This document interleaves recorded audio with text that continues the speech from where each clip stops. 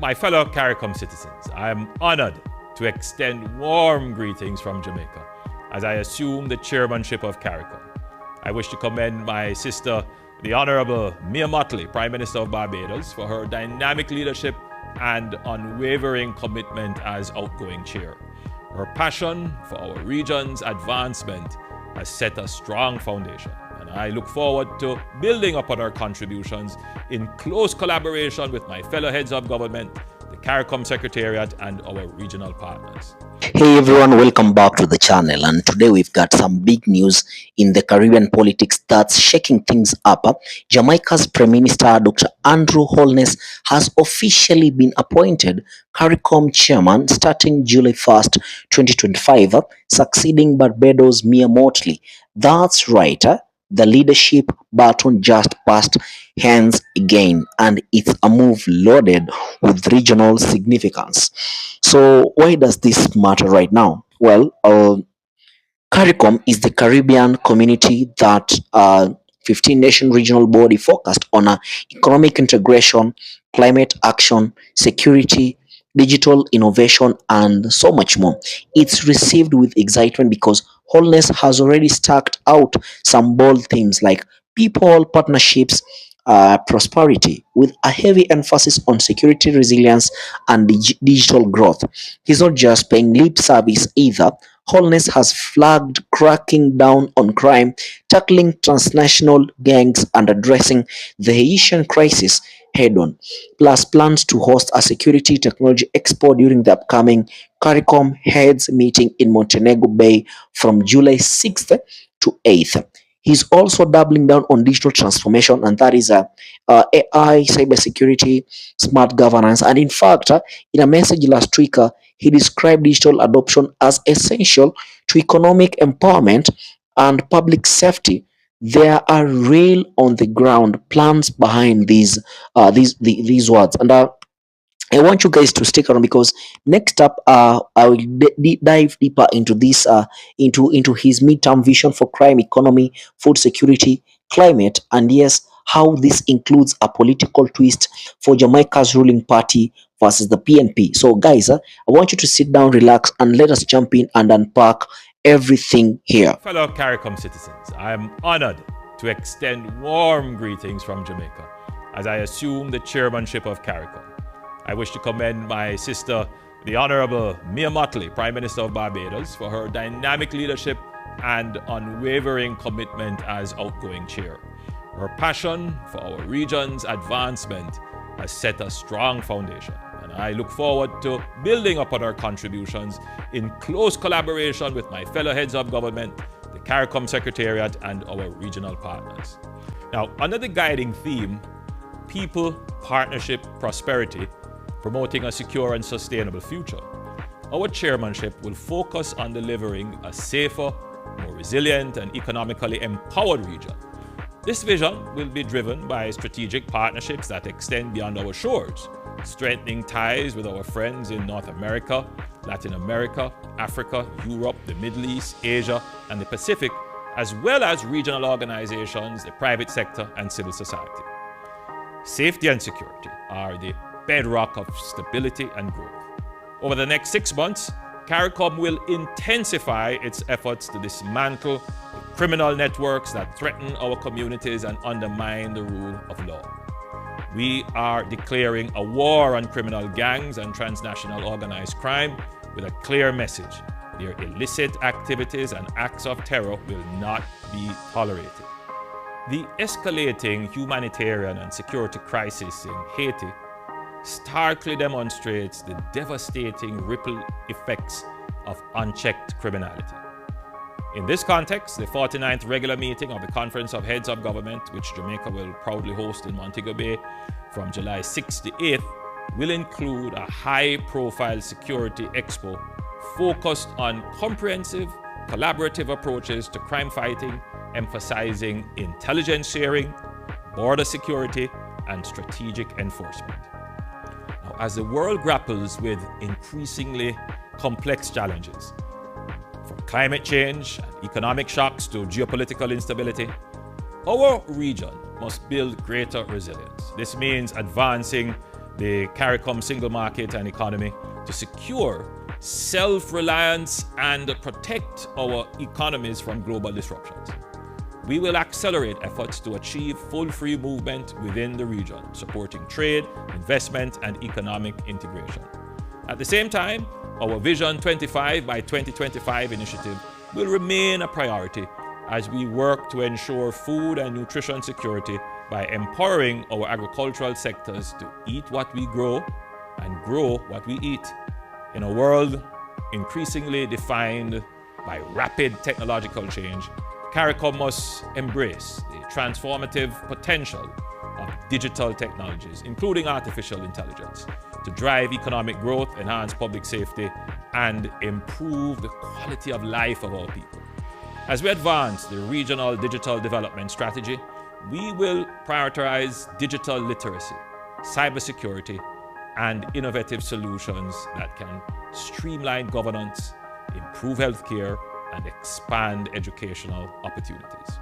We will work to ensure that AI and other emerging technologies are harnessed in ways that align with our values, promoting inclusion, fairness, and data privacy.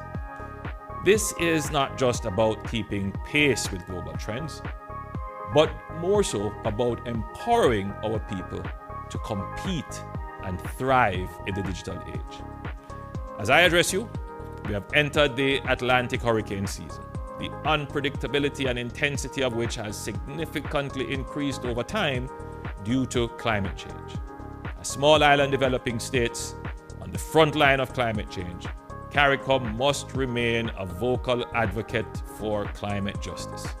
We will continue to press the international community to deliver on climate finance commitments, ensuring our nations can adapt to intensifying climate impacts. We will also focus on sustainability and energy security, advancing the regional energy security roadmap and strategy, unlocking the full potential of our economies. Health cooperation, human capital development, and improved air and maritime connectivity remain vital to our regional agenda. We will also continue to advocate for reparatory justice, recognizing the ongoing impact of historical injustices on our societies. CARICOM's distinction as the oldest surviving integration movement among developing countries is worthy of celebration and commendation. It is a reminder that we are stronger together, capable of overcoming adversity and achieving great progress. We must continue to be the voice of reason, balance, and consensus in a world fraught with insecurity, instability, and uncertainty.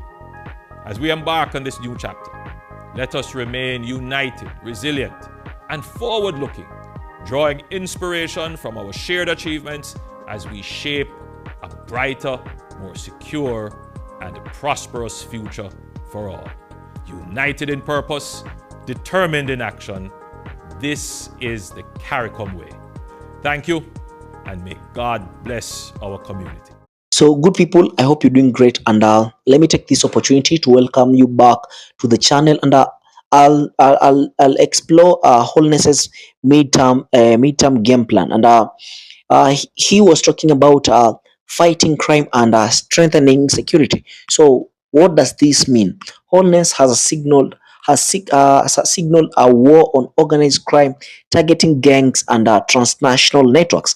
He's highlighted the Haitian crisis as one spark for regional instability, and over the Montego Bay Summit, he's including a security expo with techs, border control, and mutual intelligence efforts. Plus, AI and digital tools are being positioned as central weapons in the fight. His message is clear: let technology back the badge. And then number 2 is about economic integration and resilience. He's at the forefront championing the CARICOM Single Market and Economy CSME and aiming to fast-track full free movement of people, goods, and also services. And in practice, this could lead to fewer border checks, more job mobility, and unified standards. a real booster for regional markets and trade. And number three is that he's much focused on food security and 25th by 2025, echoing past priorities like 25th by 2025 initiative means each island is to eat what they grow and grow what they eat. This ties into ongoing regional goals, cutting food imports while empowering local sectors. And then there is the digital transformation and AI. Digital tech is not just a cool, it's central. Uh, uh, from promoting digital literacy to improving healthcare, governance, and cybersecurity. He is arguing that Caribbean youth and economies must thrive in the digital age. He emphasizes fairness, inclusion, and data privacy as guiding principles. And number five, it's the climate justice and energy. This is a frontline issue. Holness is calling on global partners for climate finance to support the islands. He's pushing a regional energy security roadmap and advocating climate justice on the world stage. Small island states are already feeling the heat, so this promise has real consequences. And then there is the issue of connectivity and mobility that comes to our point number six on his vision: improving air and maritime routes, tourism digitalization, and expanding regional transport.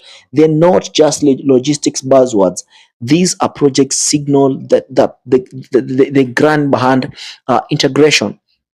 Talk about people partnership prosperity isn't just rhetoric, it's a strategic roadmap across security, economy, food, climate, technology, and connectivity.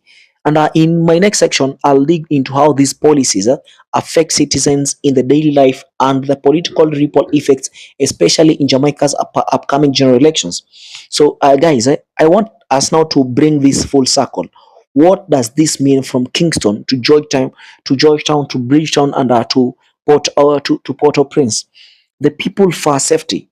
If digital tools like AI and border collaboration work, fewer violent crimes and more community trust will be achieved. There is the issue of youth and jobs, free movement plus digital skills equals to access to bigger regional markets. Food, imagine affordable locally grown produce, less reliance on global prices. And then there is the power of partnerships. He's talking about global outreach.